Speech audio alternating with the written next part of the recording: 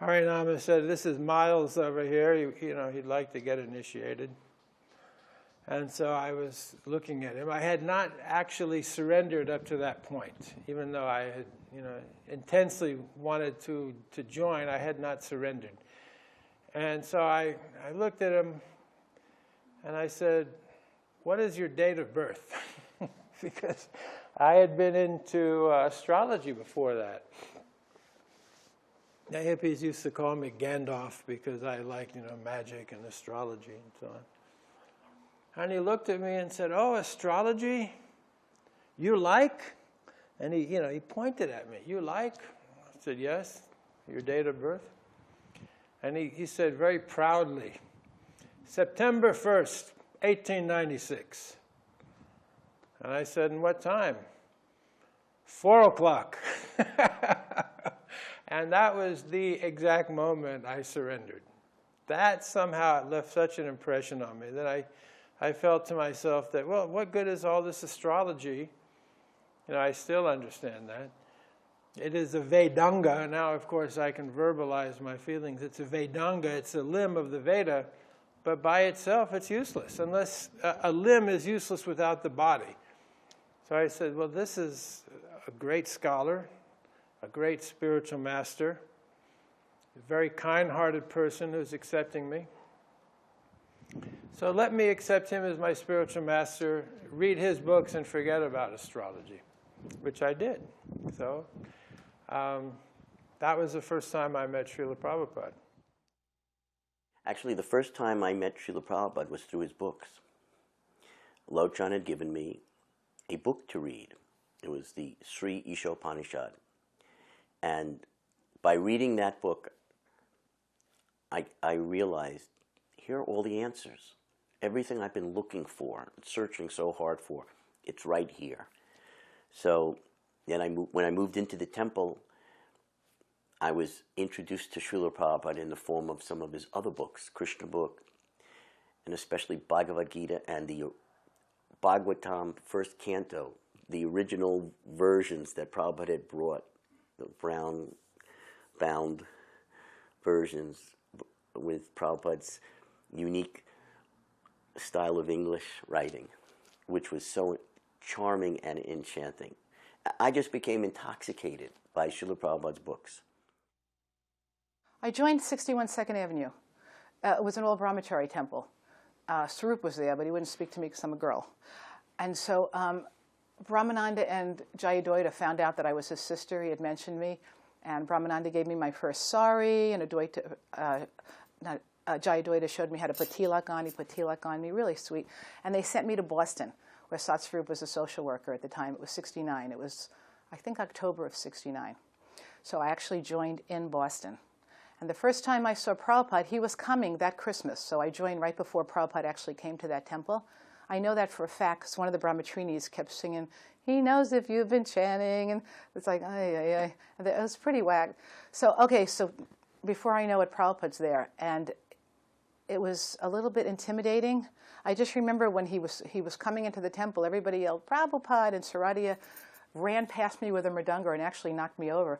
It was like frantic. And so I decided, I don't know if this is right for me, these people. So I went and hid downstairs in the, where the press was going to be, behind a pillar. I just stood there and hid. You know, I still couldn't make up my mind if I was actually going to do this or not. And before I knew it, the devotees were showing Prabhupada the downstairs where the BBT was going to go. And they walked around, and all of a sudden I was just exposed, standing there behind a pillar. I don't know if I gave a namaste. I don't know what I did, because I was really brand new and terrified. But later on, when I got initiated, Brahmananda told me that he explained to Prabhupada who I was, and that Prabhupada said, ah, yes, I remember her face. And I was so touched by that, like that Prabhupada would remember who I was. Such mercy. It's unbelievable. this is in Boston, 1971, and he came to the temple and he gave a short address speech. He sat on the Vyasasana in the back of the temple, and then we brought him into this one room that we had fixed for Srila Prabhupada to use while he stayed there. And it was just a small room, maybe like 10 foot by 12 foot. And he just, a few like greetings and stuff, didn't say much. But because it was late, Satsrup Maharaj said that, oh, Srila Prabhupada, it's late, and we've rented a hotel room for you. And Srila Prabhupada, his eyes just got really big. And he said, hotel? He said, I'm not going. And he quoted a verse, and he said, how do you say it? He said, the country is in the mode of goodness, the city is in the mode of passion, but a hotel is simply a brothel. He said, I'm not going. He said, but the temple is Vaikuntha. I'll stay here. And he did. The 2.5 days that he was in Boston, he just stayed in this one room, real simple room.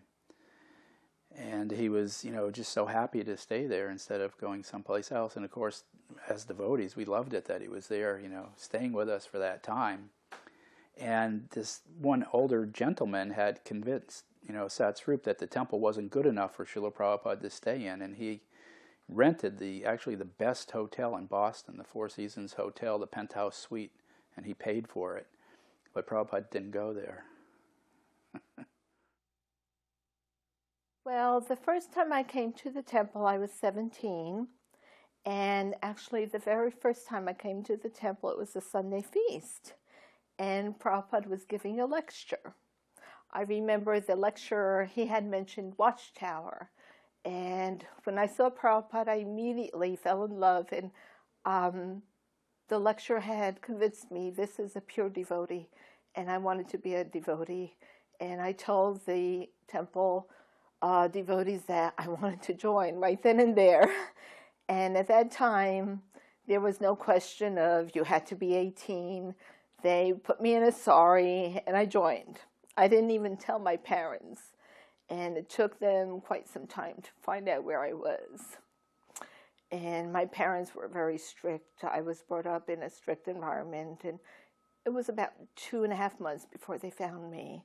And it upset them very much, even though they were religious-minded. It was something new and different. So I had to go back home and finish high school. But when I turned 18, I went back to the temple. But immediately when I saw devotees, I knew that's what I wanted to be, a devotee. It was something I knew that I had experienced in a previous life. It was something familiar, something that was not something I felt I had known previously. And it was like a reawakening, a similarity that I felt I could pick up easily. I have been at Vrindavan for about 6 months, first in a very communal setting of farm work, and then Kirtanananda Swami and the roadshow came with Vishnu Janana Swami, and it became a more devotional atmosphere. And at the end of the summer, Srila Prabhupada came for the 72 Janmashtami festival, which was a gathering of many, many devotees from the East Coast to be initiated in our new temple room at New Vrindavan. So that was the first time I saw Srila Prabhupada physically, was when he came to New Vrindavan. Of course, I'd only heard his tapes, and being young and not accustomed to that Indian accent, I'll just call it, it had been a struggle for me just to be able to understand what he was saying. And when I saw him in person, that was like my first experience of the humanity, the significance of having a living spiritual master as opposed to one in a book. And yes, it was pretty profound. It was right there on the walkway at New Vrindavan. My first, I would say, personal experience with Prabhupada, besides getting a cookie from him or him patting me on the head, was when I was 4 years old. at the time dressing as a sannyasi and had my danda, and we all met Srila Prabhupada at the airport, and I was in we were all in the kirtan, I was in it, and then at the end of it all, I got to ride back to the temple in the Cadillac with Srila Prabhupada. So there was the driver in the front seat, my father was in the passenger seat doing security, and Prabhupada was here, and I was in the back seat, a danda, and Prabhupada was there, and I was just like, literally, this was the best day of my life. And so we're on our way back from the airport, and Srila Prabhupada takes out this big cookie that someone had given him. And he could see that I was obviously interested in the cookie. So he broke it in half and gave it to me, and I just ate it down real quick, just buried the thing. I was, super excited, and then I'm sitting there, and Prabhupada is just barely got into his. I think he was talking to, Hari Sari or somebody, whoever's in the front seat, the driver. He was talking to the driver, and didn't eat his right away. So I'm sitting there with mine finished, and Prabhupada still has his thing, and I'm thinking, oh my gosh, I'm a Brahmin. I'm supposed to wash my hands. And Prabhupada's sitting right next to me, and he's going to see that I don't wash my hands after I eat. And I'm 4 years old. This is the biggest problem that I could ever have.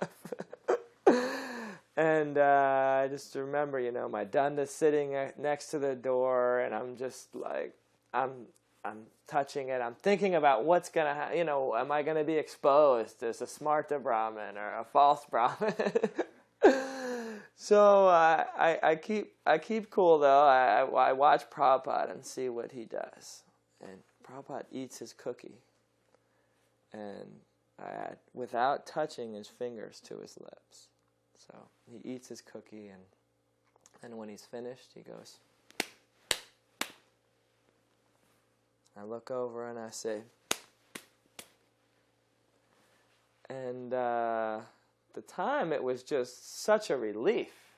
You know what I mean? There were all these pressures on me, I'm a Brahmin, I gotta wash my hands, or maybe, take a shower even, take a bath, this is some pretty intense pressure. And Prabhupada went, and instantly my suffering vanished, the suffering that was in my mind, disappeared. And this event has meant more and more to me over the years as the time has passed, and I've had different realization and experiences, and I've come to take it as that meaning time, place, and circumstance. So the next day, we had the initiation ceremony. There was no fire sacrifice. I was the only one getting initiated, and Prabhupada would be leaving the day afterwards. But we had a nice Vyasasan for him, nice Jagannath deities in the temple. And I had those big blue beads that we had in those days. The same ones all the early devotees, Kirtananda, Hayagriva, they all had these big blue beads. And so anyways, he gave me my beads and said, your name is Patita Pavana.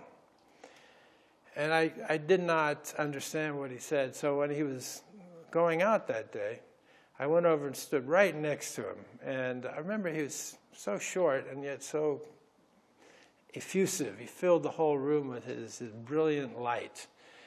And he said, your name means fallen deliverer. And I looked at him like, he said, fallen deliverer.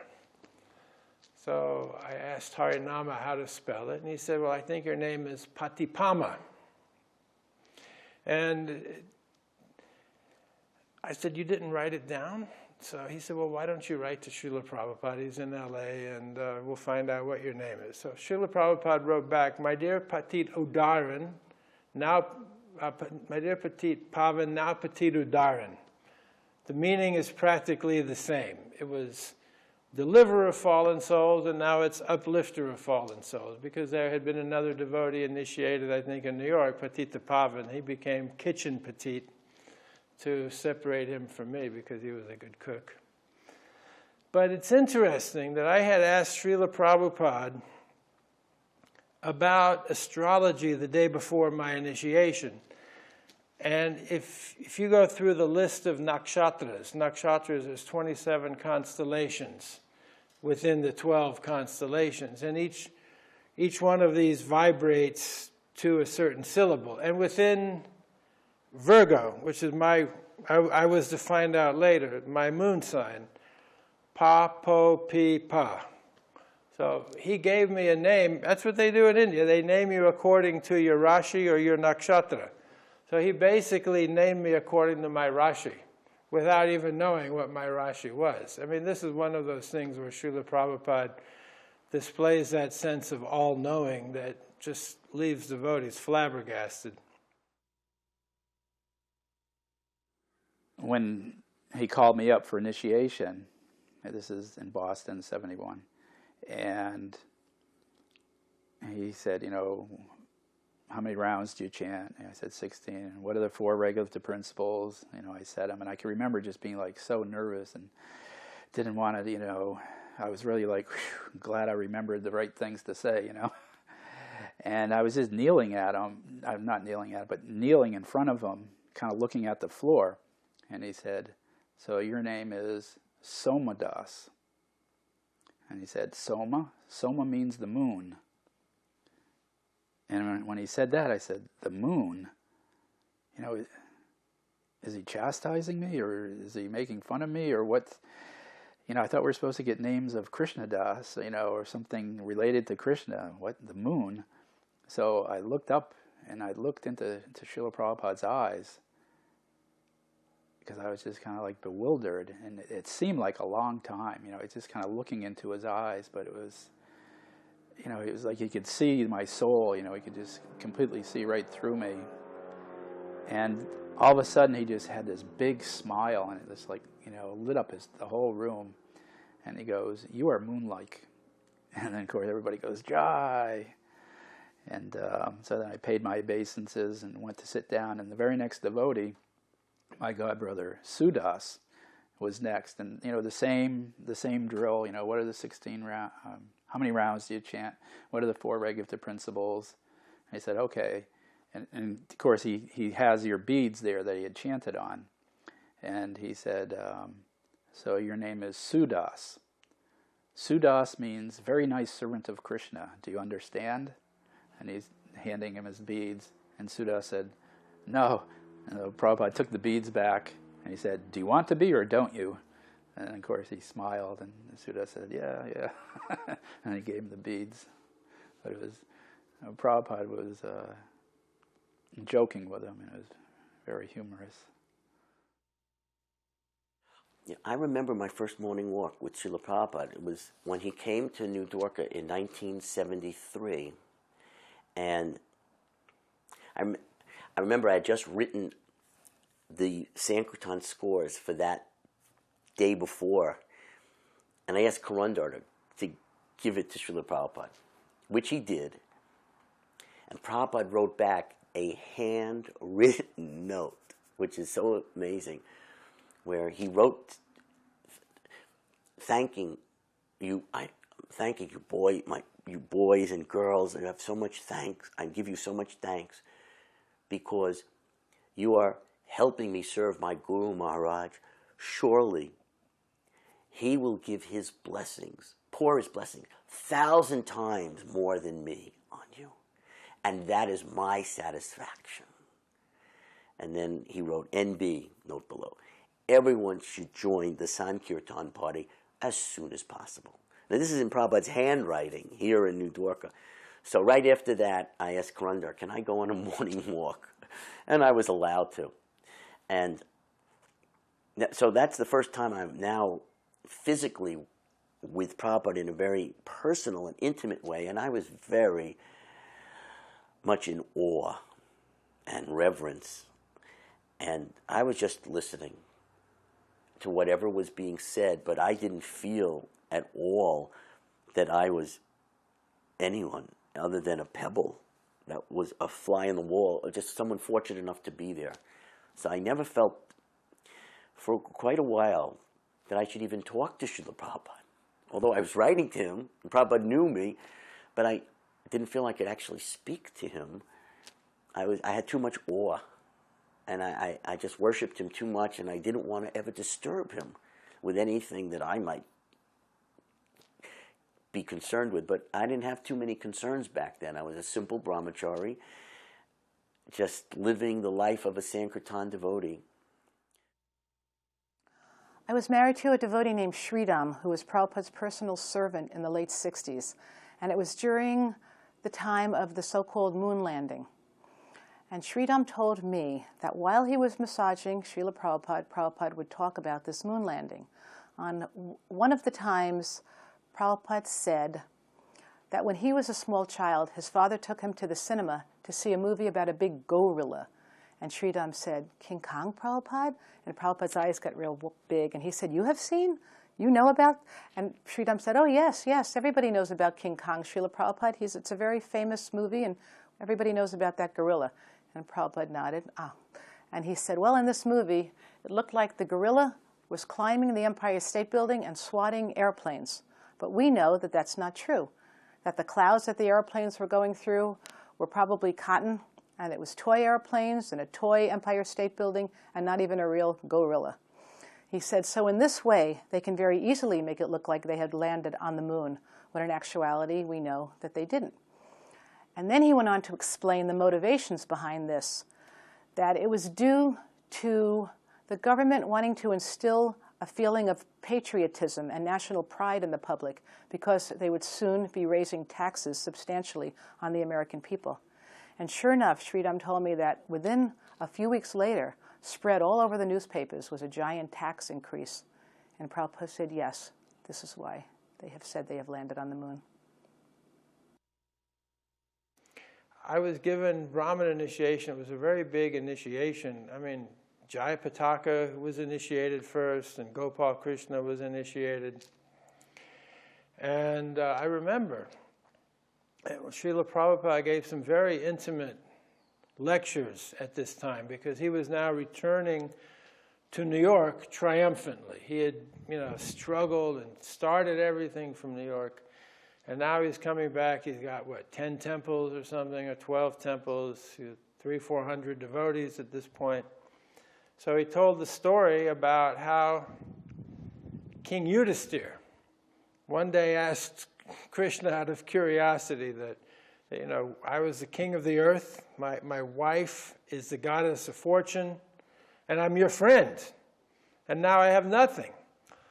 He compared himself to King Yudhisthira, how he had come to New York with $7, and now look, he's got 10 temples, and he's got several hundred devotees.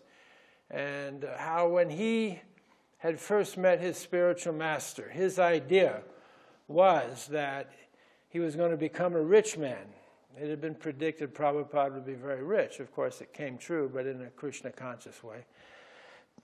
But he said, by the will of Krishna, everything was taken away from him, and he came to America with $7. But now he was returning triumphantly. And the next day, he gave a lecture, which was very direct. It was like a continuation of the previous day, that he could do it, we could do it. And the lecture the next day was, he gave the example of a hot iron rod. As iron, what does it do? It's cold. But if you heat it, it basically becomes the same as fire. So he was saying, I expect all of you to become spiritual masters. It was expected. It was like an order. I mean, this really blows apart the Ritwik theory, that he expected us to simply represent him as Ritwiks or Pandits. He actually wanted us to become initiating gurus. Of course, that's no small task. So anyways, I remember at the initiation, I had brought my brother. I have a twin brother, and he was initiated Madhu Mangal Das, first initiation. Madhu Mangal, he was a character. One fellow had come and asked him about Yogananda. He was very blunt, and he told the fellow, Yogananda is crass nonsense. So the guy went to Prabhupada and said, he was shocked. He said, one of your disciples says Yogananda is crass nonsense. So Prabhupada says, if he says something I did not say, then he is nonsense. And that cooled it off. But anyways, now it's time for my Brahmin initiation. So I go up and Srila Prabhupada, he shows me how to chant the mantra. And so I looked up at His Divine Grace, such a great spiritual master, Srila Prabhupada. I mean, he's so overwhelmingly, it's so divine. I looked up at him and I said, let me be your devotee life after life. And there was like this rumbling from within, and I wasn't quite sure what I heard. It was like a volcano going off. He didn't even look at me. So I repeated it. And I realized what he had said. Bow down! I will definitely, if that's all it takes to become your devotee life after life, I definitely will bow down. This was only a few hours after I had been initiated, and such a wonderful experience. Srila Prabhupada accepted all my karma. He accepted me as his disciple. I had a new name. I was ecstatic. And because Srila Prabhupada stayed in the temple room, in the temple building, there was only 2 bathrooms, and the men's bathroom, they said nobody else can use this. This is for Prabhupada's personal use only. So we had to share the women's bathroom, the men and the women, at the time that he was there. So only a few hours after my initiation, I was waiting in the hallway to use the bathroom because some Matajis were in there, and me and Patita Pavana were standing in the hallway, and it just so happened that we were right in front of Srila Prabhupada's door, where the room that he was staying. And we were just waiting, and all of a sudden the door opens, and Srila Prabhupada comes out just in his gamsha. And Petit, who was my older godbrother, he just yelled loud. He said, "All glories to Srila Prabhupada!" And he threw his hands up in the air. The hallway's only about this wide. And, Prabhupada's right there, and he really yelled and threw his hands up, "All glories to Srila Prabhupada!" And then paid full dandavats in the hallway, and Prabhupada could barely walk by, but I also paid my dandavats, to follow his example. And Prabhupada just walked, like 10 feet down the hall and into the bathroom. And we got up after paying our obeisances, and we just looked at each other and thought, yeah, wow, that was really sweet, Prabhupada just, coming out like that. And Srila Prabhupada was only in the bathroom maybe 30 seconds. And he comes back out, and again, Petit, really loud, "All glories to Srila Prabhupada!" Throws his hands up in the air, and then full dandavats. So I also paid my obeisances there too. And this time, when we stood up, Prabhupada was just standing there right in front of us, looking at both of us. And it's really like one of my favorite remembrances of Srila Prabhupada. Because, I had just been initiated, and here Srila Prabhupada is standing in the hallway, in his gamsha, and the expression on his face was just so incredible. It was like he was like a little kid. He was like almost a little embarrassed, from Petit yelling like this. And he had this, very beautiful, compassionate smile that just really, like, melted you. He had like so much compassion and love, and all of a sudden to be that close and intimate, with Srila Prabhupada like that, my heart just kind of wanted to, surrender to him and dedicate my life to helping him. I was doing service in the kitchen, and my service was to set up the deity offering in the morning. And I had to go into the temple to set up the plates. It was in the morning before Guru Puja. And as you all know, Prabhupada would give out cookies. And this time, someone had made sweet balls instead. and the temple room was packed. There were devotees from the San Francisco, San Diego, Laguna Beach temple. It was so packed, and Prabhupada would give out sweet bowls to the children, the mothers first. And I thought, how can I get a sweet bowl from Prabhupada? I had to go in the kitchen to do the offering, set up the plates. And I thought, there's no way I could get this sweet bowl.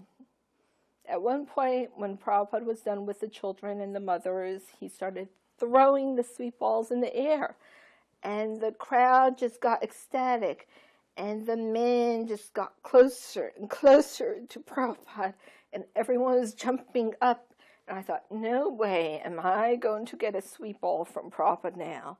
And I had to go into the kitchen. So I got on the floor and paid my obeisances. And as I'm getting on the floor offering my obeisances, I'm in the back of the temple.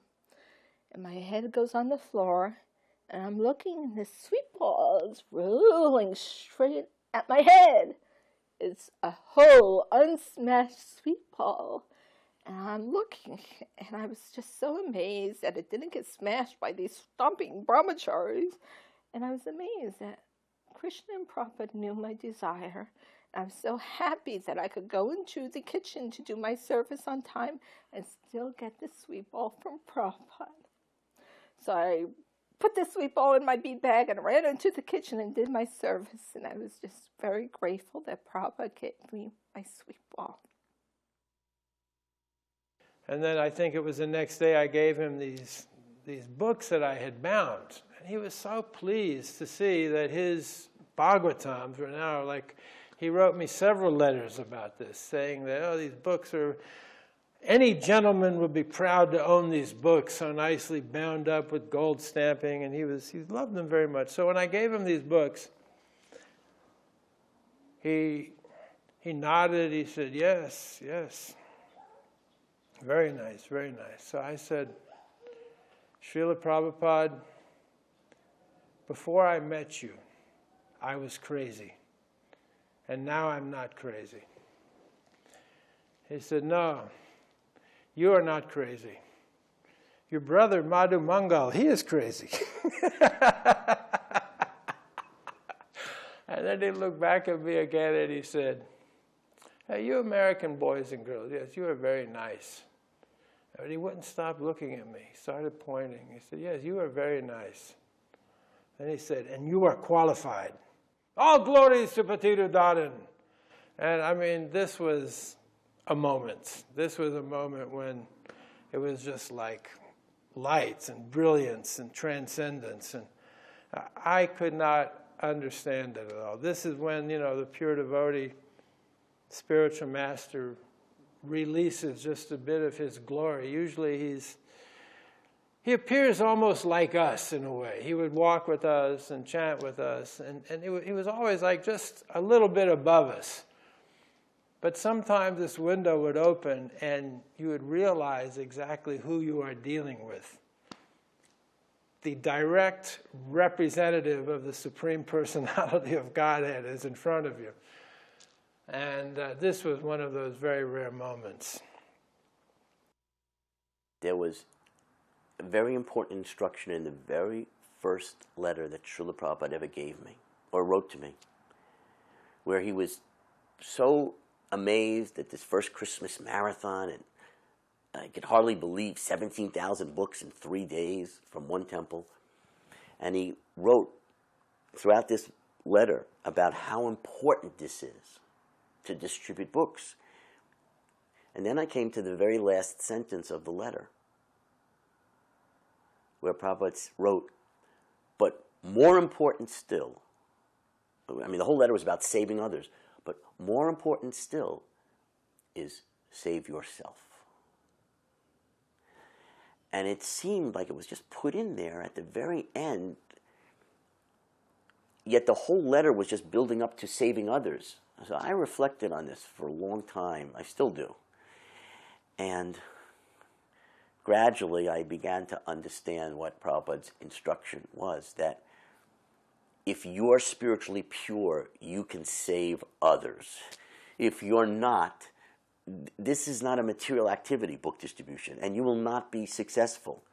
in fact, one of the letters I wrote to Prabhupada is that, will we be contaminated by so much association with the non-devotees? And Prabhupada wrote back, no. If you are spiritually pure, if you're following the regulative principles, chanting your rounds, living in the association of devotees, attending the classes, the Mangalarti, if you're doing all of those things, you are not of this world. When you go out, you will be protected. I was the first widow in the movement, the first widow in ISKCON. And because of that, I was called in for a personal darshan with Srila Prabhupada. Now, I'll have to give some background information for it to make sense. Okay, I joined the movement in my teens with my younger brother, got married after 8 months, opened different temples with my then husband, and had a daughter. Then he fell away from devotional service, left the movement, and then left his body. I wanted to know if I was prohibited to ever remarry and have more children. My daughter was about 2 years old. I was just in my low 20s. I didn't know, what was expected of me, so I asked. So after several days, actually, nobody wanted to be the person who told Srila Prabhupada what happened. But finally, his servant, who was Kirti at the time, did tell Srila Prabhupada, and also said that the widow wants to remarry. So, which didn't look very good for me, but before I knew it, I was called in for a darshan in Srila Prabhupada's quarters. So I was terrified. I said, I'm not going. So my brother said, I'll go with you, I'll go with you. And we formulated a plan while running around finding a babysitter for Nimai and running around getting ready to go up to his quarters. And the plan was that if things were looking bleak for me, I would give him a nudge or a sign, and he would explain to Srila Prabhupada, my sister feels like she needs to remarry for protection. This was our plan. Like, we were thinking that we could control the situation, possibly manipulate. So we go running upstairs, and before we even got into his quarters, this is in Los Angeles, his quarters, we were in the doorway, and I heard Prabhupada say, "So, you wish to remarry?" I was terrified. I said, in a voice I could barely recognize, I said, "Not right away, Srila Prabhupada. I just wanted to know if I would be forbidden." And he said, "Forbidden? I will not forbid you, but you are asking my opinion." What could I say to that? No thanks, I'll pass. I said, "Yes, Srila Prabhupada." He said, "Don't do it." And by this time, we all sat down. It was myself, my brother, and Kirti. We were alone in his quarters. He began to say, "What is your guarantee the next one will be different? In this age, the women are entrained in chastity, the men are entrained in dharma. What is your guarantee the next one will be different? Can he give you a written guarantee?" He was making jokes. He said, "Krishna has already given you one child. Marriage is for union. For children, you already have one child. Give all your love to that child." And he said a lot of other things that I don't remember exactly everything, but I remember at some point I must have given my brother the nudge, because he said, "Srila Prabhupada, my sister feels like she needs to remarry for protection." And Prabhupada's his eyes got really big, and he said, "You are not protected to me. You are not protected to my brother. You are not protected to Kirti." He said, "Just see, there is no faith." And he went on to explain how, in relation to Krishna, we're all Prakriti. Krishna is the only Purusha. We're all Prakriti, that a man cannot actually protect his wife. He can't protect her from disease, from old age, from death. Only Krishna is our only protection. He was speaking the philosophy. It was a little lofty because we were new devotees. I could see in the eyes of the other two, it was like, whoa. And this is what he was saying to us.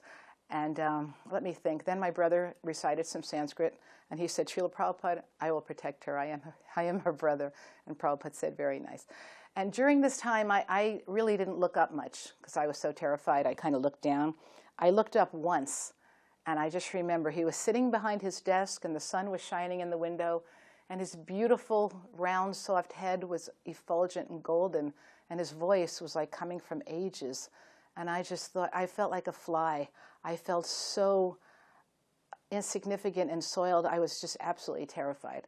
So he didn't say much to me because I didn't look up. But as we were leaving, he said something, and all three of us turned around. And then Prabhupada only looked at me and only spoke to me. And he said, read the books. I have written so many books.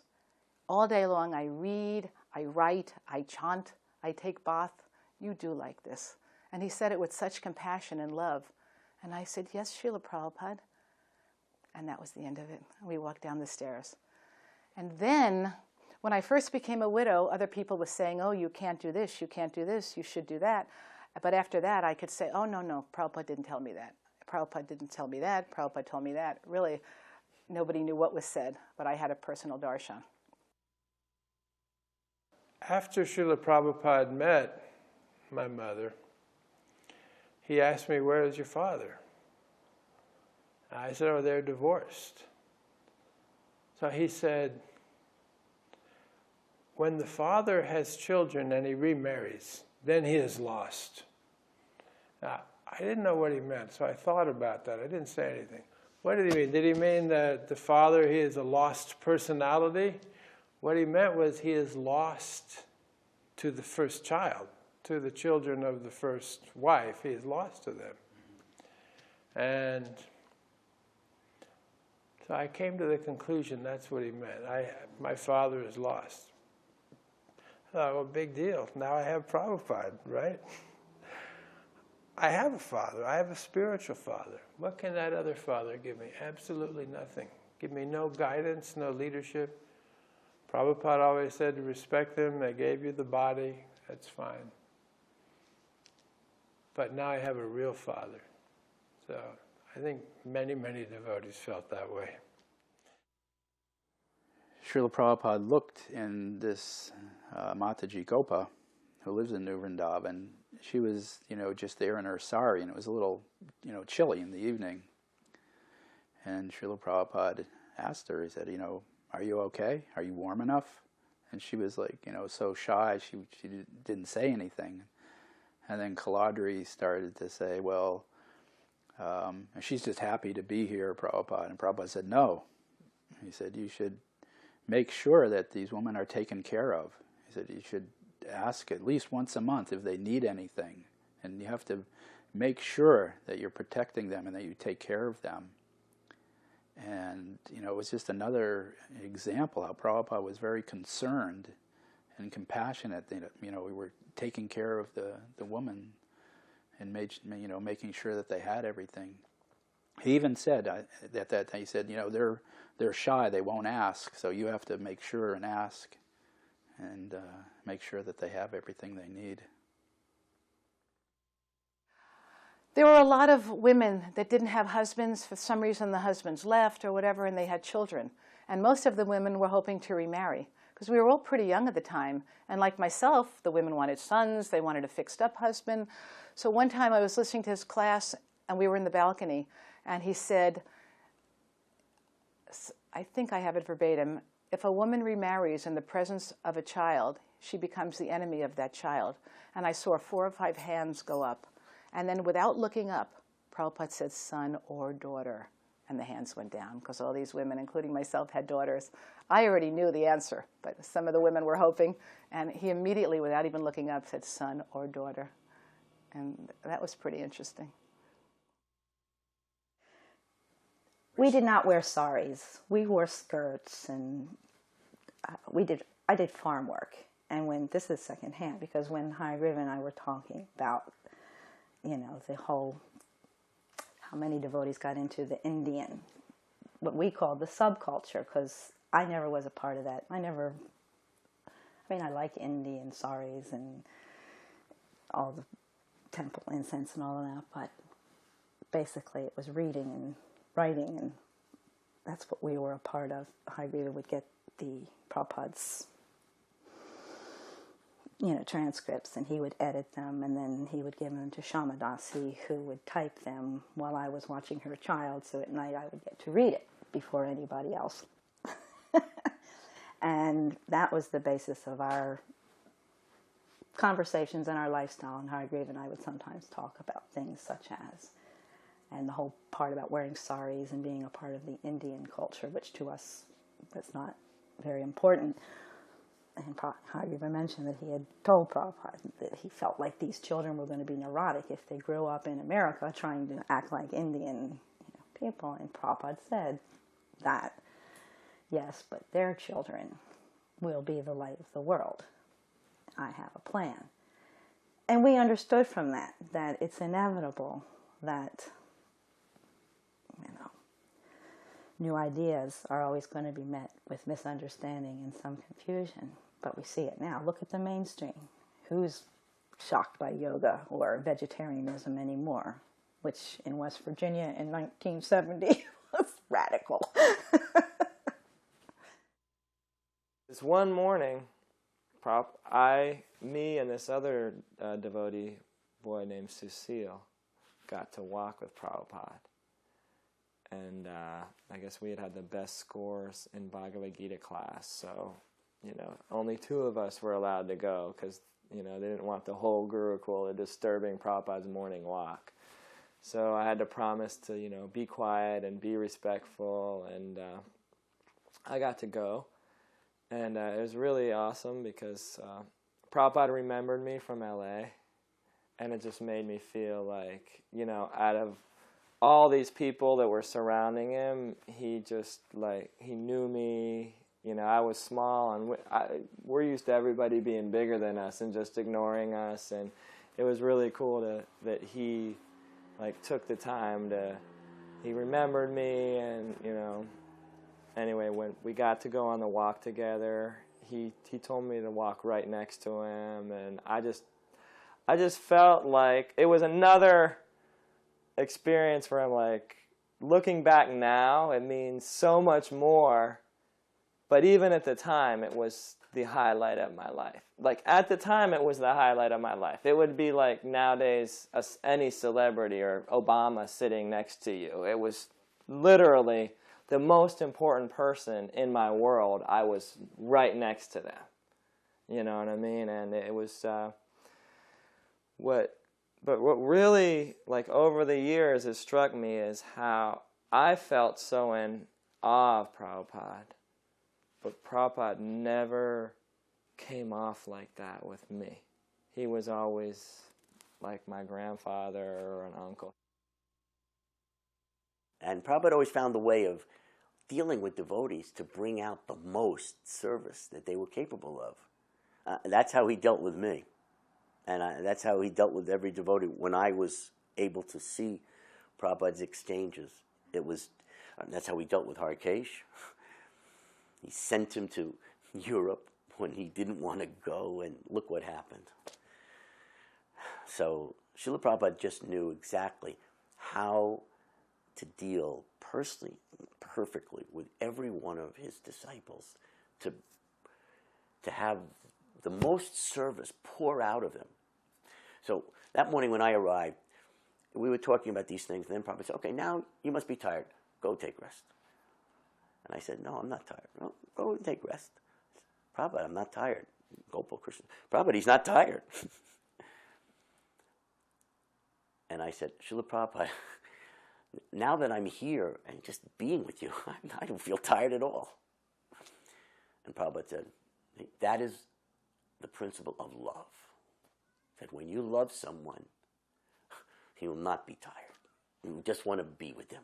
That is love. So Prabhupada was encouraging me like that, but there was this principle that whenever you're with Prabhupada, because everyone who was with Prabhupada loved him so much,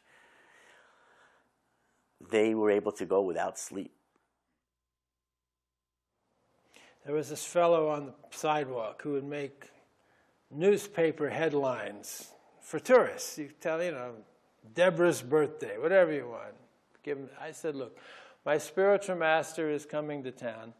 Make one for my guru, will you? He said, sure, for free. He did it for free. I thought, this is great. This guy is going back to Godhead. So he said, what should I say? I said, all right, Krishna consciousness takes over the world. Might as well go for the jugular. He made it. So that day, Srila Prabhupada lands at the airport. If you ever see the pictures of that New York landing, there's some hand that says Channel 4. That's my hand. I seldom got close to Srila Prabhupada, but somebody said, hold the microphone. So that was my Vapu Seva. Famous picture. I think you'll see it in the Lilamrita volume and it's in the inset. Anyway, so I gave Prabhupada this headline, Krishna consciousness takes over the world. And Prabhupada, he started glowing. I'm telling you, he looks like the sun and moon combined when he started. When he was pleased, he was so thrilled. And he was pointing and saying, I couldn't hear. My hearing's never been that good, so I got close. And he was saying, who is printed? Who is printed? And right away, I got a rock in my throat. You know, I printed. But basically, Prabhupada was so magnanimous that the fact that I had printed even one, that would have been good. That's how magnanimous, you know, our spiritual master is. He had, his servant then was Aravinda. And Aravinda said, it's a joke, Prabhupada, it's a joke. You know, he couldn't see the humor in it. So Prabhupada said, think nothing of it. But as I heard from Gargamuni, I mean, poor Aravinda, the guy left and he came back and wanted to talk to Prabhupada one-on-one, and Prabhupada said to him, it is good you have left. You are an enemy in our movement. Prabhupada never said that to anybody except this guy, which is really unfortunate for the poor guy. When I was a new devotee in Boston, and ISKCON Press was there, Satsvarup, and all these old devotees, and I used to really like the stories that they would tell, especially Satsvarup would tell these stories when Prabhupada was first opening up ISKCON in New York, about how Prabhupada was very inquisitive about things. And I thought, wow, that'd be really kind of nice to be able to, offer Srila Prabhupada some information that he wanted. And for some reason, I just, I had that, in me. So on this morning walk in New Vrindavan, we were walking along, and all of a sudden a calf walked down in front of where Srila Prabhupada was walking. And Srila Prabhupada, put his cane in the ground and he stopped. And he said, how old is that calf? And because I was like right next to him, I distinctly heard him say, how old is that calf? So I used to work in the barn. I was, one of the cowherd boys, but at that point I hadn't worked in the barn for like 2 or 3 years. So I looked around to see if any of the other cowherd boys were there who would know, exactly how old the calf was. But nobody was around. So I looked at the calf, like really hard to see if I could figure out how old it was, and I could see that, the milk bag was still up, that it, hadn't dropped down yet. So I said, well, it's very young, Srila Prabhupada, because the milk bag hasn't dropped down. And Srila Prabhupada looked at me and he said, I know that. And when he said that, I just thought, oh my God, I'm such a fool, why did I ever have that, desire that I could, offer Srila Prabhupada something, some information, he already knows that. And so I kind of felt kind of bad, and I kind of went to the back, I kind of slipped to the back of the walk as the other people were walking forward. And, anyways, I felt a little bad about that. So the very next day, he, would give the morning program down at Bahulaban in New Vrindavan. And then after his Bhagavatam class, he would walk out to his car, and he'd usually get into the car and drive to where he was living. So this time, he walked out to his car. They're having like a little kirtan as he walks, and then somebody opened up the door for him to get into the car. But he didn't get into the car. He just looked over the top of the car across the road to the field that was there. And I was like standing, right there, right next to him. And he turned around and he had this little smile on his face. And he looked at me and he said, what's growing over there? And I happened to know that they had planted mung beans there. So I said, "Oh, those are mung beans, Srila Prabhupada." And he said, "Oh, thank you very much." And then he got in the car. And I couldn't believe it. I was ecstatic. I couldn't believe like how he read my mind, and he knew that I wanted to, answer one of his questions like that, and he gave me another chance. And, he drove off, and I was just, for days, I was just like, I couldn't believe he did that. I couldn't believe he actually asked me another question, and this time I knew the answer. But it was so endearing, and just such a little thing, but it just made my life, so to speak. I remember one time Prabhupada met with some reporters, and Prabhupada was explaining that this movement is presenting the science of God, the absolute truth, the absolute knowledge, the highest knowledge to mankind, and this will save mankind. And they were asking, well, how do you know it's the absolute truth? What, are you telling us that you hear God speak, and therefore you know what God wants? And Srila Prabhupada said, yes. Now, I was in this room thinking that these reporters, they're going to take this the wrong way because they're not devotees to really understand that that's Prabhupada's position. So I said, what Prabhupada means is that the message of God is coming down through parampara, this disciplic line, unbroken. And so when Prabhupada repeats it, that is the message of... And Prabhupada interrupted me. He says, no, that is not what I mean. And the reporter says, so what, you're saying you directly see God and speak to God? I said, yes.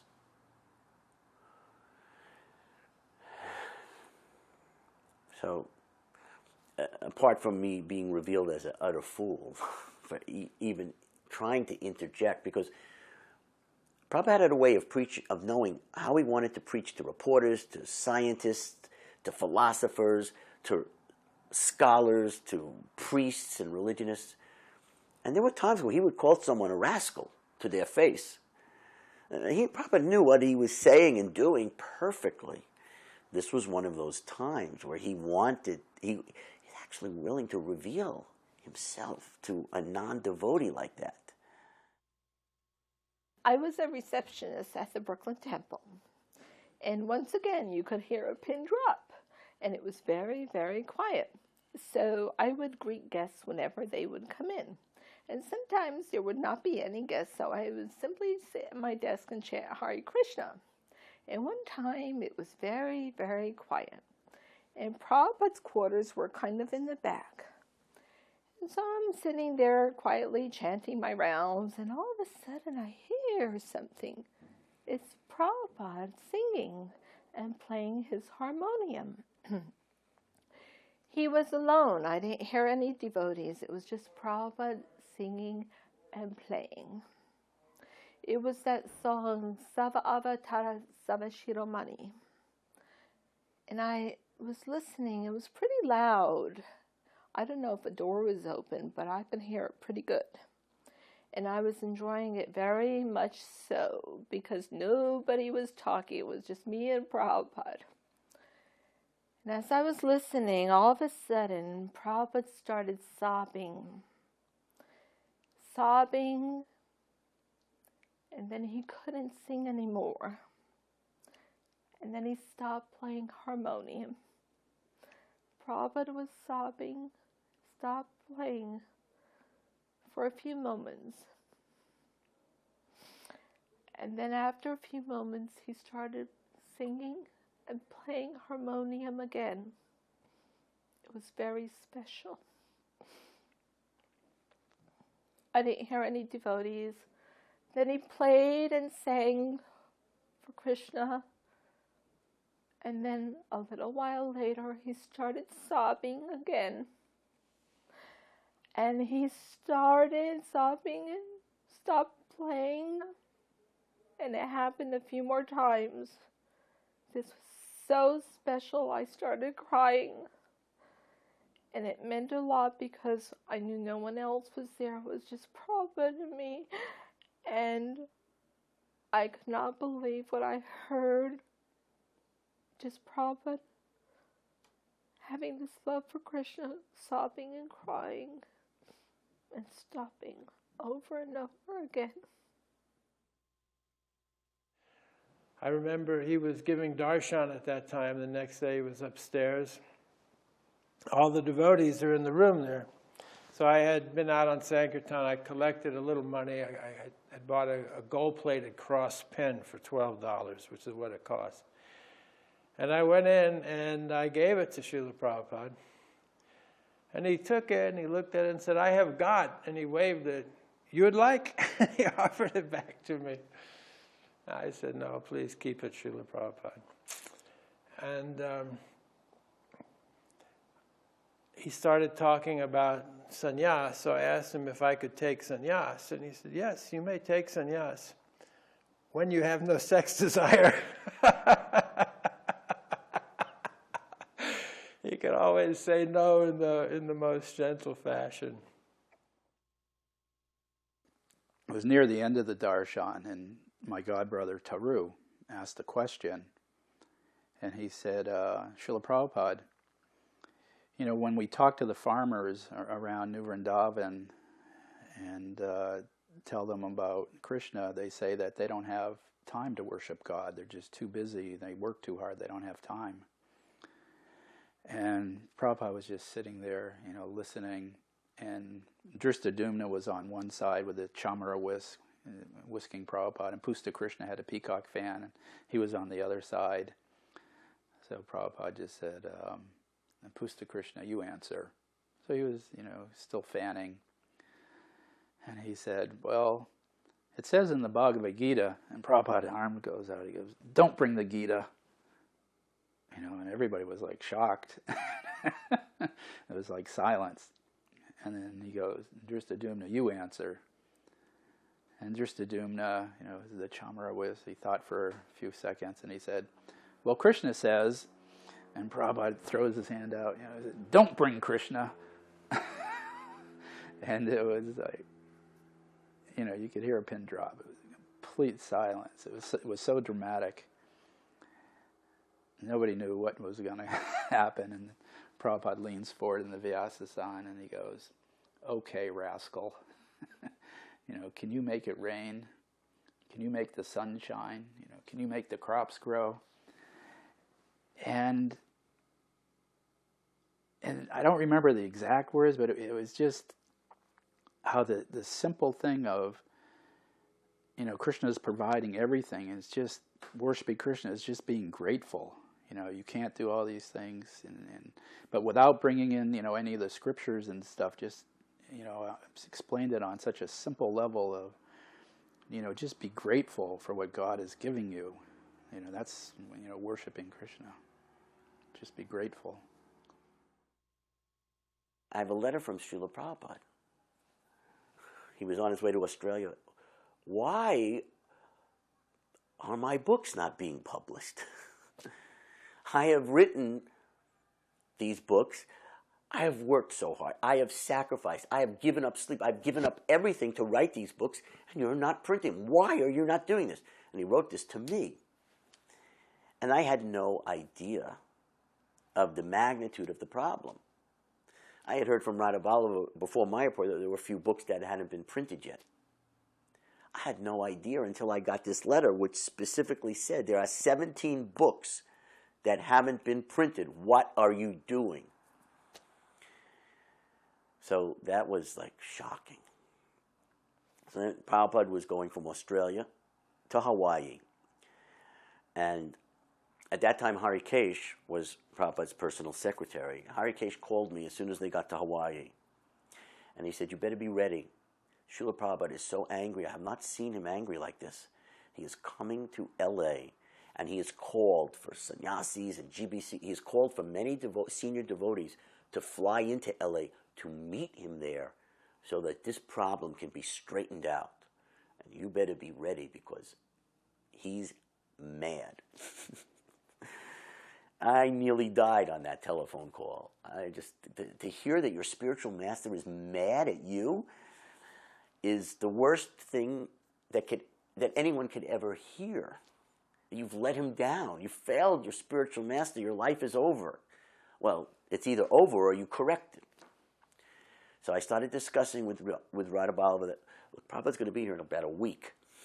Let's come up with a plan. And so Srila Prabhupada arrives.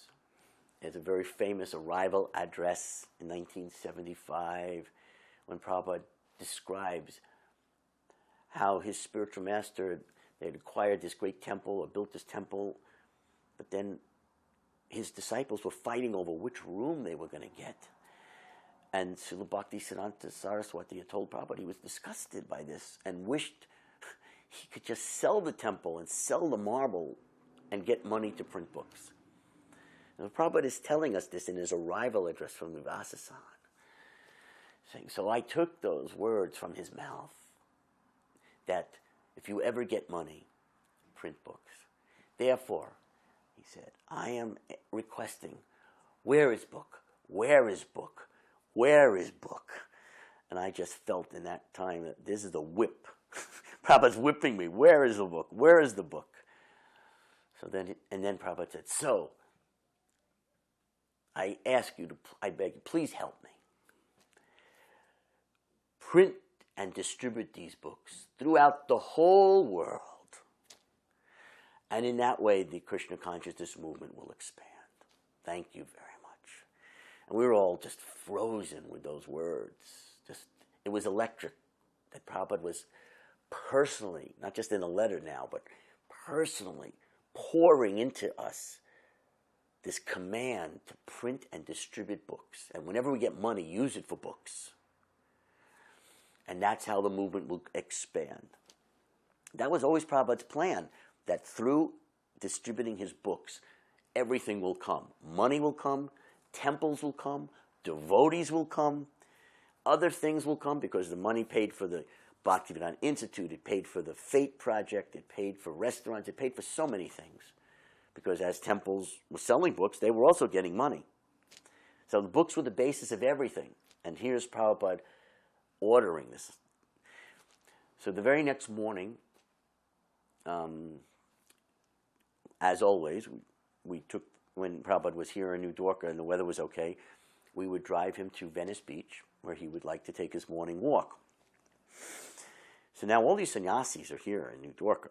I mean, there's GBC sannyasis from India, from America, from all over the world. So we're on this morning walk, and there's the normal question and answers going on that devotees, and then at a certain point in the walk, Prabhupada turned and asked me, so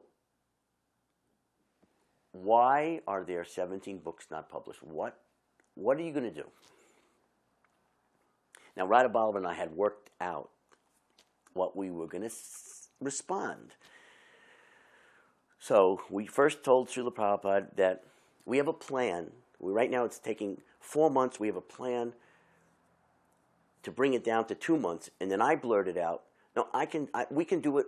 We can double our work. Somehow we'll figure this. We can do it in 1 month, a book a month. But first we said it'll 2 months a book. And I thought, maybe, okay, we can do a book a month. So Prabhupada was walking, but was thinking, I said, a book a month, that's 17 months. I said, no. I want all the books published in 2 months, not 17 months. Well, I knew what our capabilities were, so I just blurted out, Prabhupada, that's impossible. And Prabhupada became like a lion. It's just a spiritual burst of anger and compassion all at the same time. And he put his cane down in the sand, stopped walking, and looked at me and said, impossible? Impossible is a word in a fool's dictionary.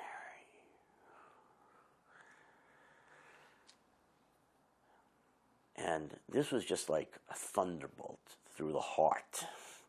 You know, I said to Prabhupada that something is impossible. I said to someone who's come from the spiritual world that something is impossible. I said to someone who knows how God is having all the planets held up and stay in their orbits, and who is all pervasive. I'm saying to this person that something is impossible. It just like, I just felt so stupid. And then Prabhupada, he paused enough for it to hit me really hard, and then he started walking again. And he's walking and talking, but all of these senior devotees, GBCs, and they're all looking at me like, what are you going to do now? Like, look at the challenge has been thrown down. And Prabhupada had been waiting. What's our answer? And I just said to Srila Prabhupada, we can do it. We'll do it. Just, you had to accept this as divine faith. His potency would make it happen. We just had to believe that nothing's impossible. So we told Srila Prabhupada that we can do it.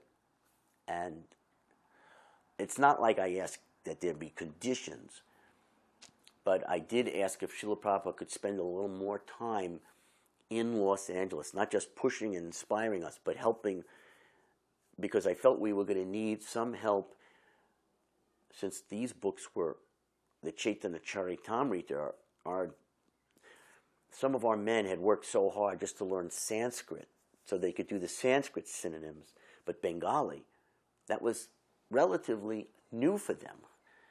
And then I knew we were going to need help, so I asked Prabhupada if he would stay longer just to help with that. Prabhupada said, yes, whatever it takes, I will do. But I want these books in 2 months.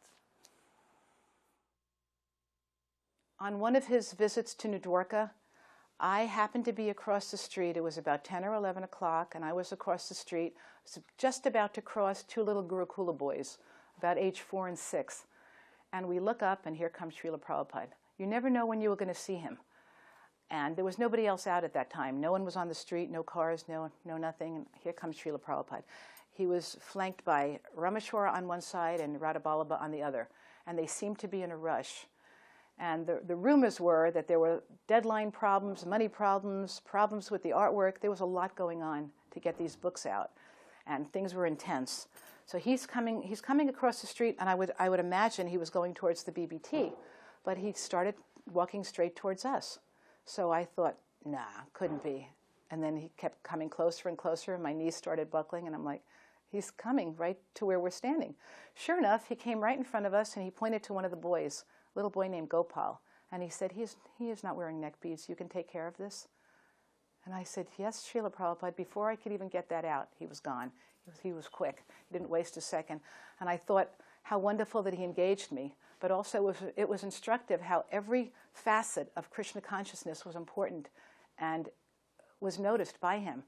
Because no matter what was going on with deadlines, money problems, book distribution, he noticed that one little boy didn't have neck beads. So, of course, I became a neck bead fanatic and made sure all the children had neck beads after that. But I thought, how sweet, just how sweet, and how every aspect is equally important in Krishna consciousness. Well, there was one morning walk I recall. Dr. Patel was an omnipresent force. Dr. Patel, he used to argue with Prabhupada about, he would say that Prabhupada would tell him that I do not tell my disciples chant Prabhupada, Prabhupada. I would tell them to chant Krishna. So you should not tell them that in your group you chant this name Swami Narayan. They should be chanting Hare Krishna, not the name of Swami Narayan. And they would argue back and forth. So one day along the beach, there was a lady standing there. And she had this beautiful deity of Ganesh she was holding. So she walked up and showed it to Srila Prabhupada. And it was a gorgeous little, very, very beautifully done. So Prabhupada said, yes, these are the fruitive, the karmakandi, the people that pray for fruitive gain. They install the deity of Ganesh, and they worship and say, please, may I have this? Give me that. Give me this. And then when they get what they want, they take the deity and say, now get out! And they throw it to the ocean. Prabhupada said, now get out! And then he started walking on. And the lady, she was very satisfied to hear that. And also, I could see her that she looked at the deity after that very fondly. Like, I will never reject this deity. I will now go home and worship this deity. She had a very great look of love, like she'd been enlightened. That was the benefit of meeting a pure devotee, even just for a moment. That your whole outlook becomes changed. And that lady certainly had a changed outlook after that. Something awkward happened towards the latter part of 1974, where there were some issues. Again, I was reporting to Bali Mardan and to Srila Prabhupada, and there were some issues at that time where I didn't feel comfortable with the requests that I was getting out of our New York branch of the BBT. It got to such a discomfort that I wrote a letter to Srila Prabhupada that I can't follow the orders I'm getting, and yet that's my duty to follow these orders. And so I wrote to Prabhupada and said, I just have to resign. I can't, in good conscience, follow the order which I thought would affect BBT money. It would be like money not spent on the BBT. So I just wrote to Srila Prabhupada that I can't follow the order, so the only choice I have is to resign. I didn't realize that some other senior devotees had written to Srila Prabhupada and were discussing this situation. So Prabhupada wrote back to me. I think this is a famous letter. He said, we'll discuss your situation at the Mayapur Festival in 1975, but he said, I hope by then that you'll come to your sound condition of mind, because this request to resign is insane. And Prabhupada wrote, there is no such thing in spiritual life as resignation. Once having surrendered, it can never be withdrawn. Never be withdrawn. I will never forget those words. I only one other time did I fail to follow it, to my great, great, great regret. And since that time, by Prabhupada's mercy, I've been slightly reawakened from my comatose condition, and I am able to pray that he'll let me serve him again. So only once did I actually really fail to follow that order. And now I'm trying to repent. I fully regret it, and I'm begging for him to let me come back and serve him again. But that's the order. Once having surrendered, it can never be withdrawn. So this was on a morning walk in New Vrindavan, and we had some kshatriyas. They, supposed to be, protectors of the devotees and stuff there. And they were on the morning walk, and one of them asked Srila Prabhupada the question that, is it all right to kill some of the rabbits and the groundhogs because they're eating the produce in Krishna's garden? So, they're stealing from the deities and the devotees. Is it all right if we kill them? And Prabhupada was disturbed. He said no. He said, you should grow enough so that they can eat too. And he was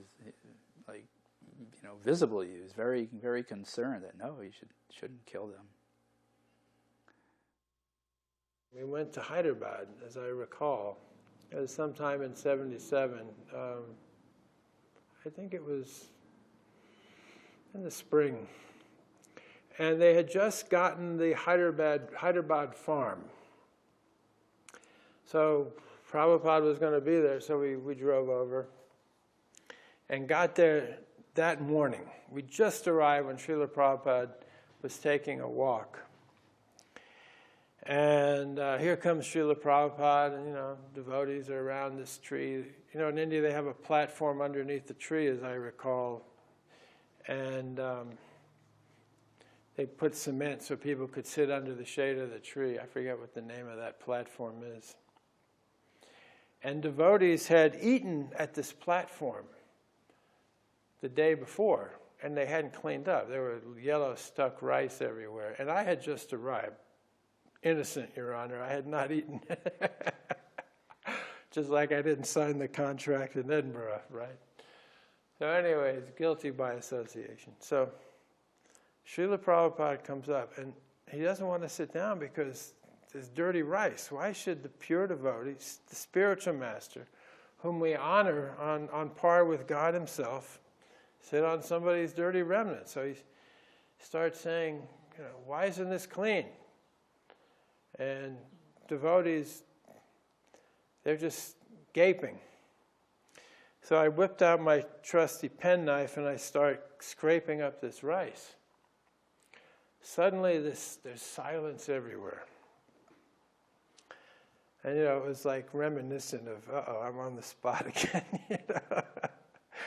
I'm scraping this rice and silence, and I look up.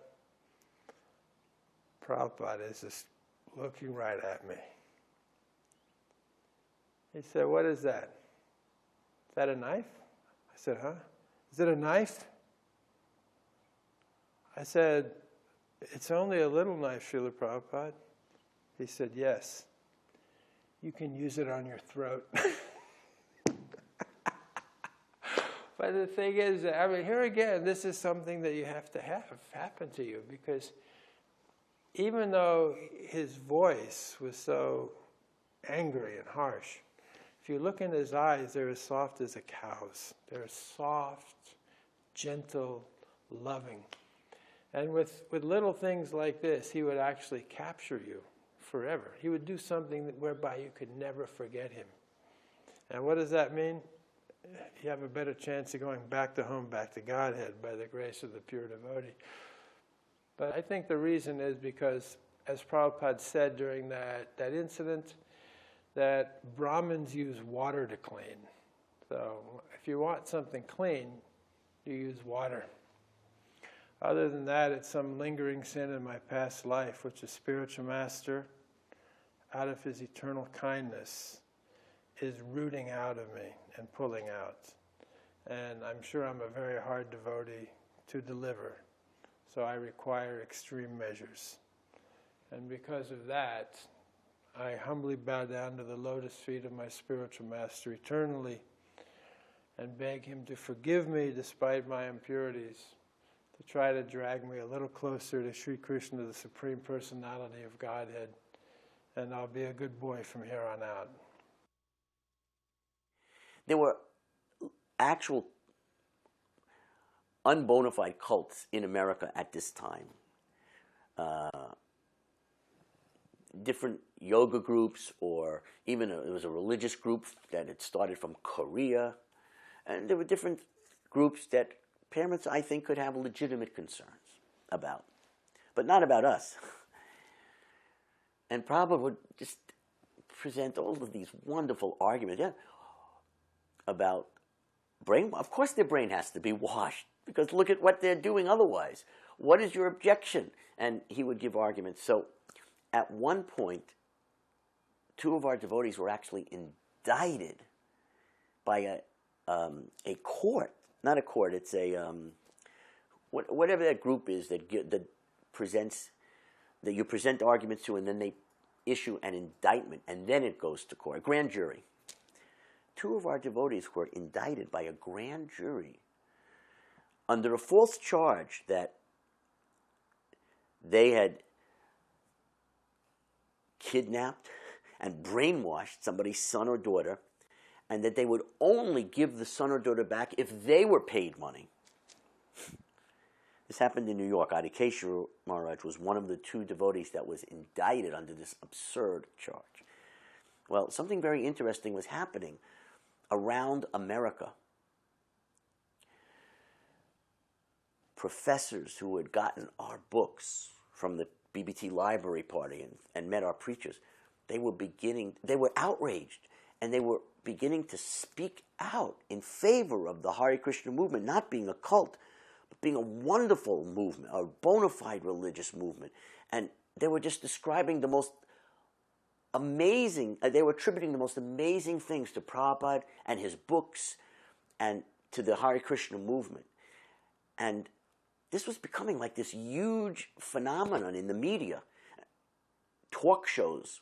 We were being asked to be on talk shows, on national radio, on syndicated television programs, and of course in the newspapers. There was this debate going on for months about whether or not this is a cult and we've brainwashed people. Well, there was this great Sankirtan devotee in New Dwarka. Her name was Leela Shakti. She was on an original Sankirtan party, and her mother is the most nicest mother devotee. Her name is Rose Forcash. She, on her own, made an effort to get interviewed and get on these talk shows and be interviewed by the newspapers. And even once she was on a nationally syndicated television program to debate against the parents in favor of this accusation. And she would describe how her daughter was saved by the Hare Krishna movement. Saved from what? From drugs, from illicit sex, from being a hippie. How grateful she is to the Hare Krishna movement for what it did for her daughter. And then she would conclude by saying, and if I had known about this Hare Krishna movement when I was young, I would have joined it. So I presented this article to Prabhupada. Oh, he was just, first he would talk about Leela Shakti. She is such a great devotee. She can do everything. And then he would talk about her mother. What a great service she is doing. And you could see not just how pleased Prabhupada was, but just the idea that a parent would appreciate what Prabhupada is doing. It just Prabhupada loved that, and he just bestowed his blessings on them for that. Srila Prabhupada came with his car, and there was one other car that came with him. And he got out of the car and he started walking through the palace, and Kirtananda was showing him different things. But it was just a dirt floor, just no roof, just really a construction site, some bare concrete blocks. And Srila Prabhupada was like poking the concrete blocks with his cane. We had this door jamb. He'd be poking it with his cane, just seeing how sturdy it was and stuff. And there was a pallet with bags of cement with plastic over it. And he said, "What is this?" And they said, "Those are just bags of concrete." And he said, "This is not right." And we were thinking, covered with plastic, there's no roof anywhere, what else can you do? And it wasn't until like a few days after Srila Prabhupada left and we needed to use some of it, that when we opened it up, we noticed that when it had rained, some of the water had gotten through the plastic and it had ruined some of the bags. But, Prabhupada was so perceptive that he, pointed it out, just from seeing it like that. And, right after that, then, he started to walk out of the palace, and Bali Mardan was there, and he said, "Srila Prabhupada, it says in the Krishna book that Krishna's palaces in Dwarka, they were illuminated with the jewels on the wall." And Prabhupada stopped, and he lifted his cane, and he waved it at the devotees that were there, and he said, "These devotees are my jewels." Srila Prabhupada was absolutely empowered to empower others to present this truth in this way. And so writing was very important to me. And I remember once I had a notebook like this. It was one of these composition books. And I wrote, like 30 or 40 poems to Prabhupada in it. And I gave it to him at Henry Street. And he took it, and he said, yes, poetry, poetic, this is a quality of a devotee. And then he actually took my book, and he embraced it like this. And he started hugging this book. And then he looked at it, turned it upside down, and hugged it again. And he repeated that over and over again. And he left it right near his Vyasasana. It became a part of his permanent room there for quite some time. So this is how much Srila Prabhupada appreciates his work. So I see a lot of nice stuff coming out of Vrindavan. Our godbrother Pundarik Vidyanidhi and Bhanu Swami, they're producing books like that. Subhag Swami, Gaudiya Vaishnava literature. And really having us push on the movement in this way is Prabhupada's blessing upon us. So writing is very important. One letter he wrote, the temples, they are not places for eating and sleeping, but they are bases from which we send out our devotees to fight with Maya. Just like during wartime, the bombs are raining down from the sky like anything. So letters like that made us realize we are Prabhupada's army. We are completely under the control of the general of the universe, the Sankirtan, Srila Prabhupada. We are his army, and this is what we do. And Prabhupada is explaining his philosophy about, the human form of life and so on, and what it's for. And so the what did they call them in those days? Moderators. The moderator says, so Swamiji, what if we don't want to take to your Krishna consciousness? So Srila Prabhupada said, then you can be cat or dog. And they said, well, thank you very much, Swamiji. Very nice. Let's go. Okay, that's the end of this interview. They just hustled them out. And Prabhupada was smiling from ear to ear while they were getting rid of him. So when they got downstairs, he turns to Mukunda and he says, so what did you think of my answer? So, Prabhupada drew a line. Which side of the line are you on? It wasn't about interfaith. He didn't go out and say, yes, we also have a religion like you have religion. No. If you want to have a religion, you live according to certain principles.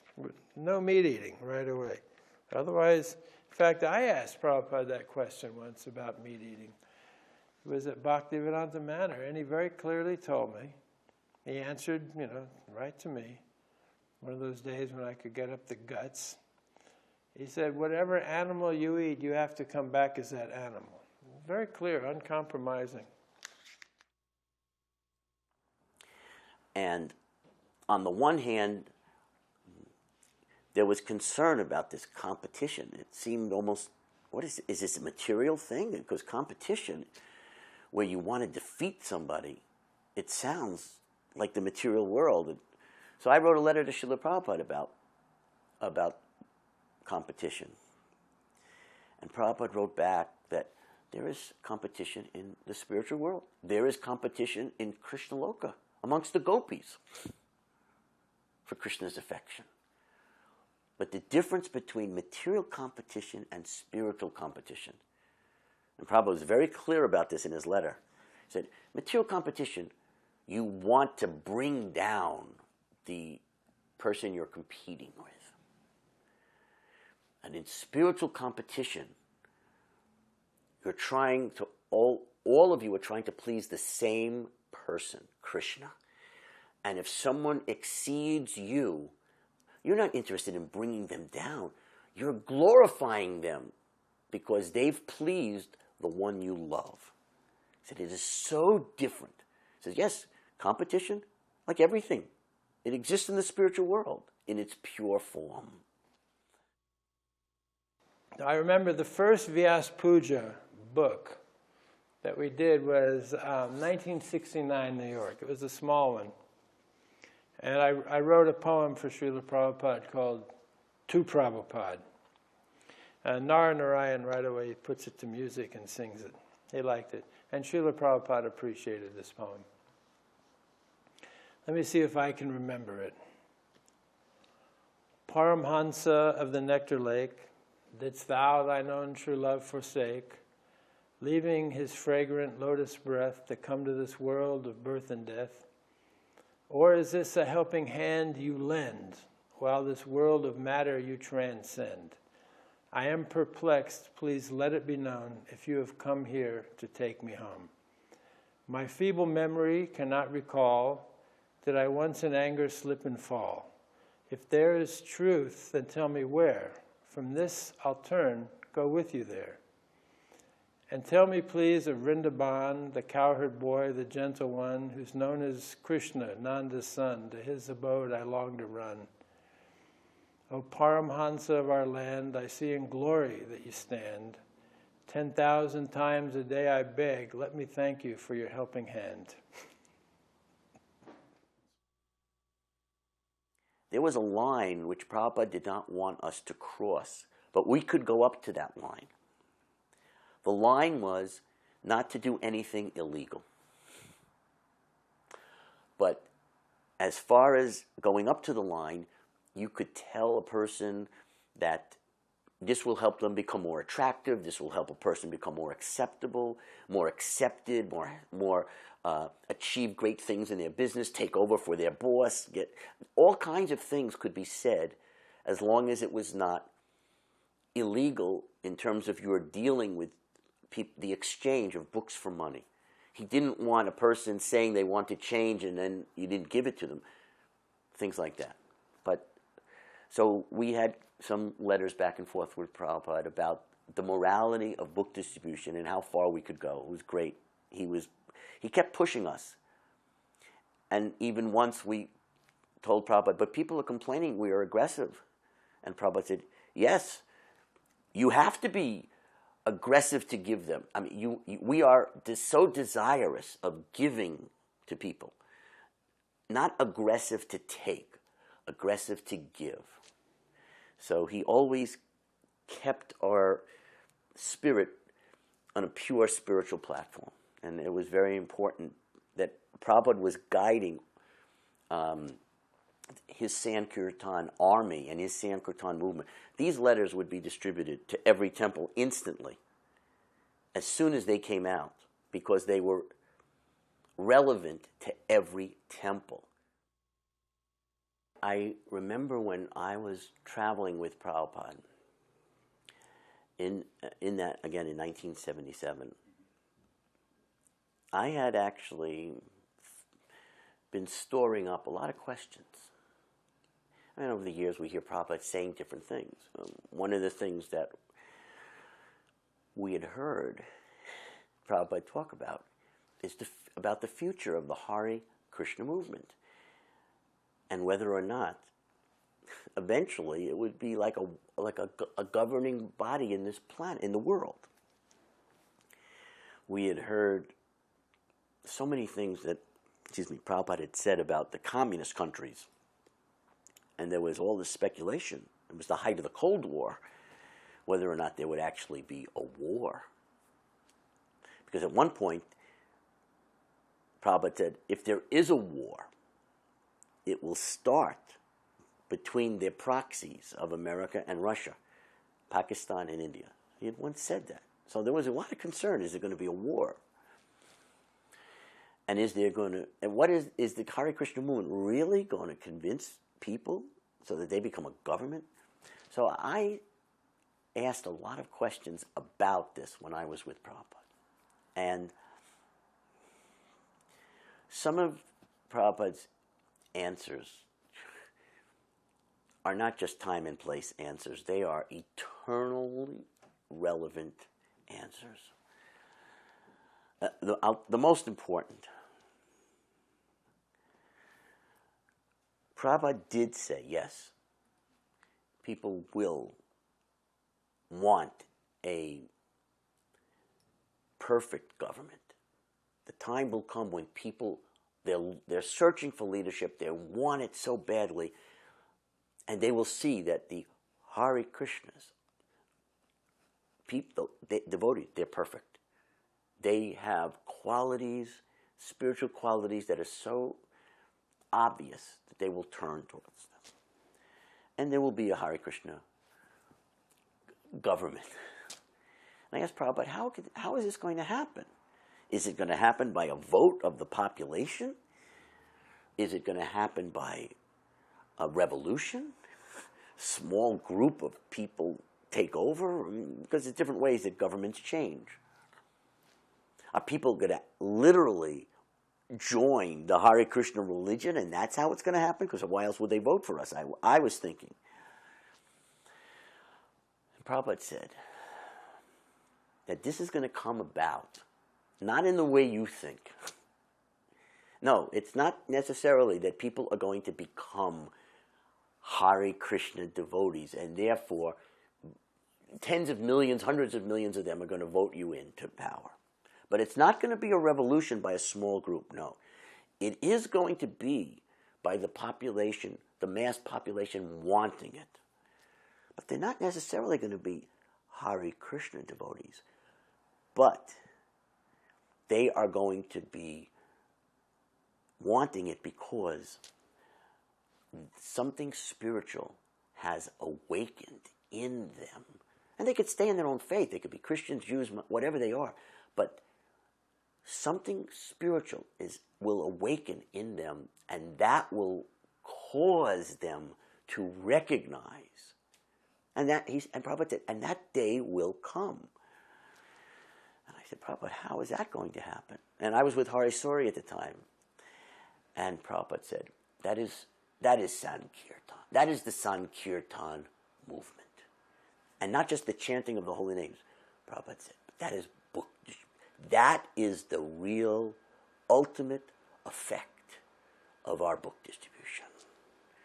And we asked Prabhupada very specifically, do you mean that it's creating some kind of a subtle spiritual atmosphere in the world?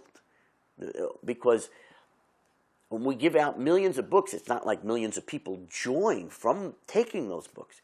And Prabhupada said, yes, that is exactly what it is. The benefit of taking these books and hearing in public the chanting of the holy names on Harinam Sankirtan is creating and will create a spiritual environment that will awaken souls, whatever their denomination. This is the most powerful realization that Prabhupada shared with us about book distribution. They were building the World Trade Center at that time.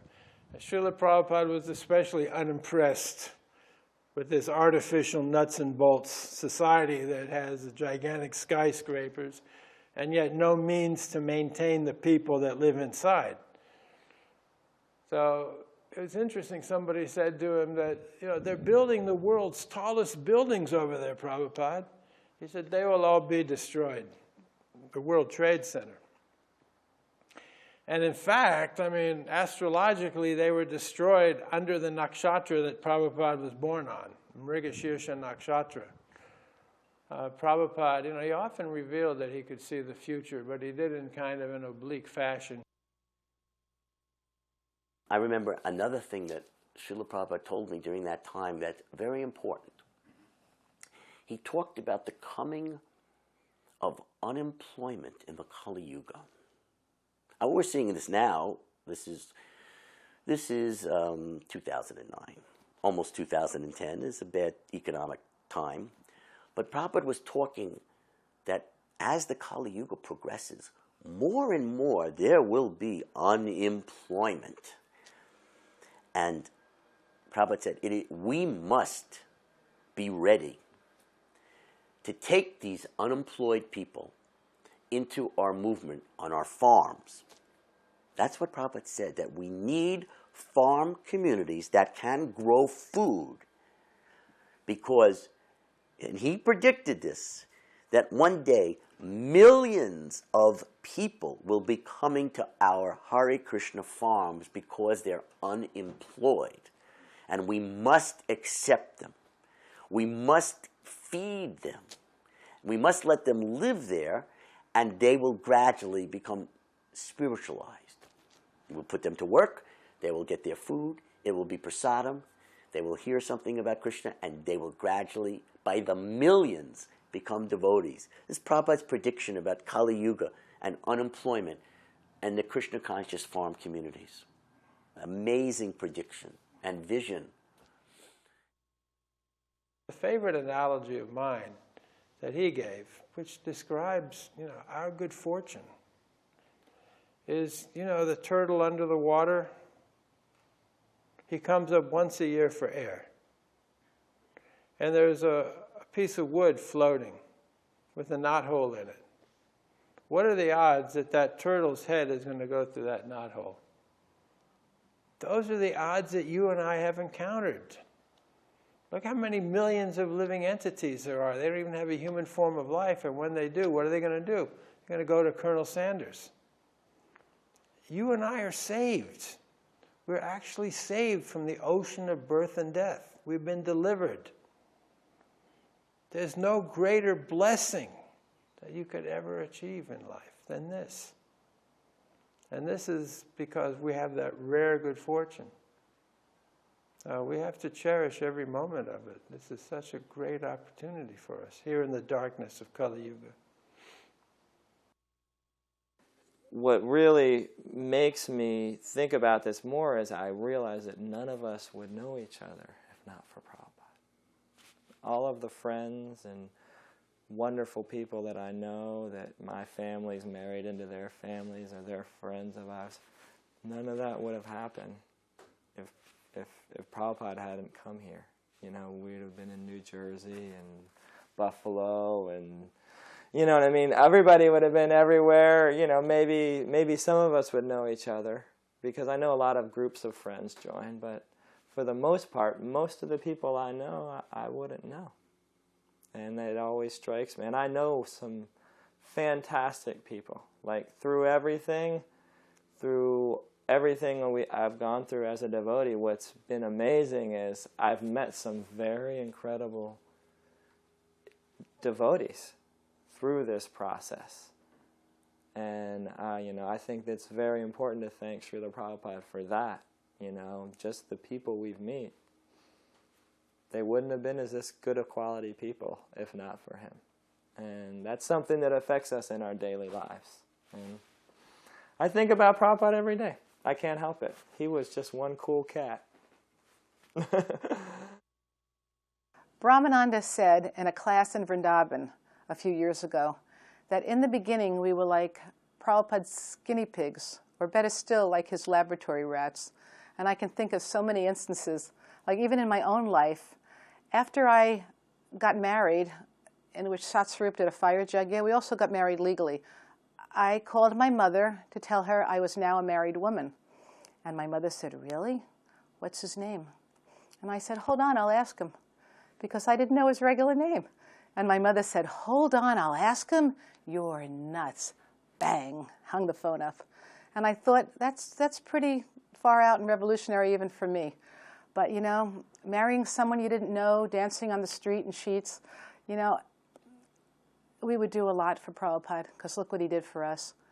And I'm so proud and grateful to have been among Prabhupada's laboratory rats. I would gladly be one again and again, many, many, many lifetimes over.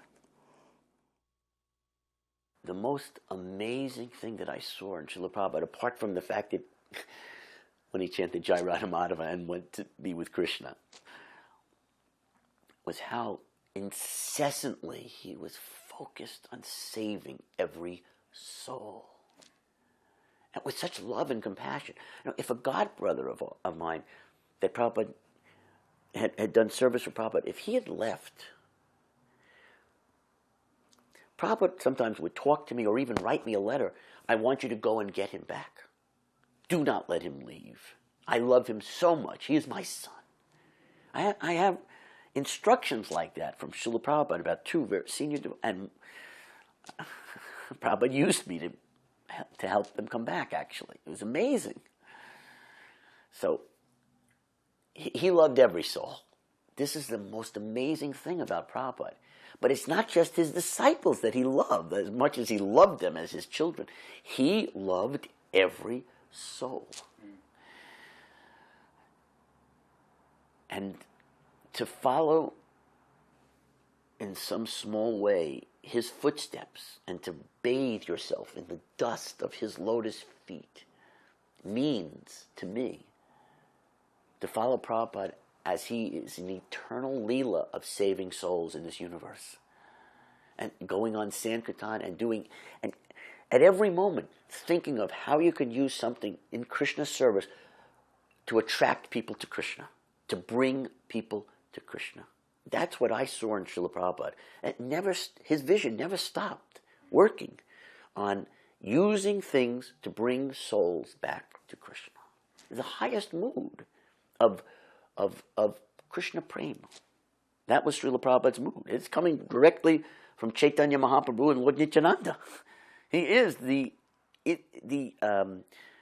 absolute Shaktivesh avatar of Lord Nityananda in that respect. There's not one soul that Prabhupada does not want saved. And so if we somehow can pray to imbibe that feeling, that vision, if you think about that vision, that's how you're going to see everyone as a spirit soul. Going on Sankirtan forces you to, if you think about it in the right way, to develop spiritual vision. That's how you develop it. It's so easy when you go on Sankirtan and think of that. You will always start seeing people as spirit souls. So if I could imbibe of all the things I saw from Prabhupada, that's what I would want to be in me eternally. Because if it's in me,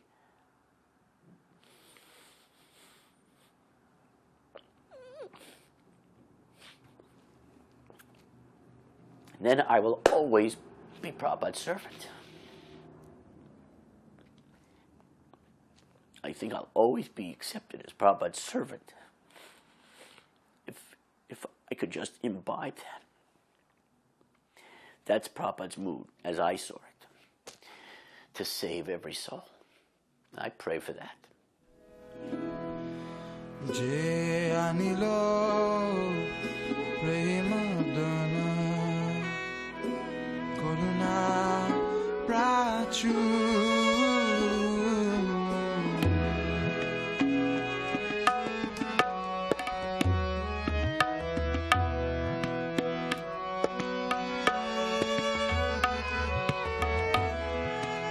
Anilo Premadana Karuna Prachu